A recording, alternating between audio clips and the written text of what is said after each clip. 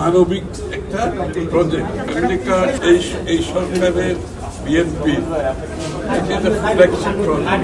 এটার যে উদ্দেশ্য, চিন্তা ভাবনা, দর্শন, এটা যাতে পরিপূর্ণভাবে পালিত হয়, এই জন্য কোথায় কোথায় আমরা সমস্যাগুলো পাচ্ছি। আমাদের পাইলট প্রজেক্টে যে কাজগুলো আমরা করেছি 37,000-এর মতো দেওয়া হয়েছে, 814, 37,000 উপরে দেওয়া হয়েছে। এখানে কোথায় কোথায় সমস্যাগুলো হয়েছে, ভুলগুলো কোথায় হয়েছে, কেউ বাদ গেছে কিনা, আবার কেউ ভুলে এখানে অন্তর্ভুক্ত হয়েছে কিনা, এই বিষয়গুলো এররগুলো আমরা অ্যাডজাস্ট করে আগামী দিনে এটা তো অব্যাহত চলতে থাকবে।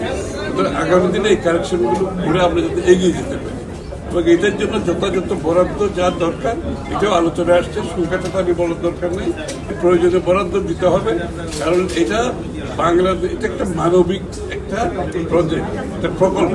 এটা মহিলাদের ক্ষমতায়নের একটা প্রকল্প এবং মহিলাদের সাথে সাথে গ্রামে গঞ্জে যারা বঞ্চিত মানুষগুলো, তাদের কাছে সুবিধাটা তাদের ডোর স্টেপে পৌঁছে দেওয়ার একটা প্রকল্প, সাথে সাথে দেশের অর্থনীতির উন্নয়নের একটা প্রকল্প।